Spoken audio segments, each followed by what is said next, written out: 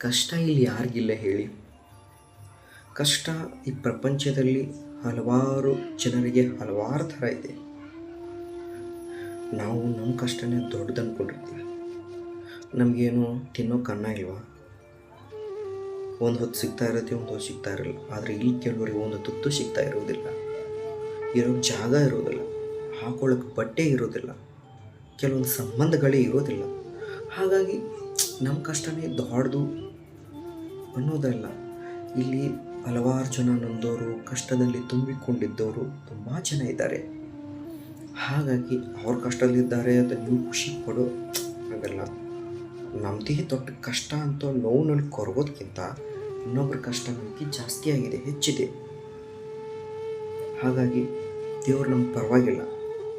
ಇವತ್ತು ನಮಗೂ ಒಳ್ಳೇದು ಮಾಡ್ತಾನೆ, ನಾಳೆ ಅವ್ರಿಗೂ ಒಳ್ಳೇದು ಮಾಡ್ತಾನೆ, ಇನ್ಯಾರಿಗೂ ಭಗವಂತ ಒಳ್ಳೇದು ಮಾಡ್ತಾನೆ.